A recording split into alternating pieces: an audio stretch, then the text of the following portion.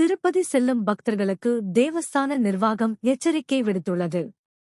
சிறுத்தைகள் நடமாட்டம் அதிகரித்து வரும் நிலையில் பக்தர்களின் பாதுகாப்புக்காக பல்வேறு நடவடிக்கைகளையும் தேவஸ்தானம் நிர்வாகம் மேற்கொண்டு வருகிறது. திருப்பதி திருமலை நடைபாதையில் சிறுத்தைகள் நடமாட்டம் அதிகரித்துள்ள நிலையில் பக்தர்களுக்கு எச்சரிக்கை விடுத்துள்ள திருப்பதி தேவஸ்தானம் பக்தர்களின் பாதுகாப்புக்காக பல்வேறு நடவடிக்கைகளை மேற்கொண்டுள்ளது. புனித தலமான திருமலை திருப்பதி ஏழுமலையான் கோவிலுக்கு நாள்தோறும் லட்சக்கணக்கான பக்தர்கள் வருகை புரிந்து வருகின்றனர்.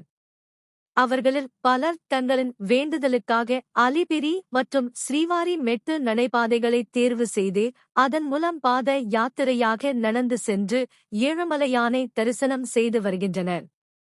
மலைப்பாதையில் பாதயாத்திரையாக செல்லும் பக்தர்களின் பாதுகாப்புக்காக திருமலை திருப்பதி தேவஸ்தானம் டிடிடி பல்வேறு பாதுகாப்பு நெறிமுறைகளை செயல்படுத்தி வருகிறது. இருப்பினும் இந்த பாதைகளில் சிறுத்தைகளின் நடமாட்டம் அதிகரித்து வருவதால் தேவஸ்தானத்தை கவலையில் ஆழ்த்தியுள்ளது.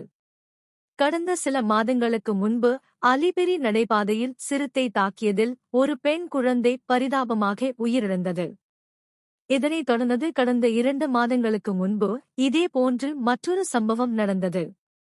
இதில் 4 வயது சிறுவன் ஒருவன் சிறுத்தை தாக்கியதில் பலத்த காயமடைந்தான். இந்த சம்பவங்கள் திருமலை வரலாற்றில் முதல் கொடிய விலங்கு தாக்குதல்கள் என கூறப்பட்டன.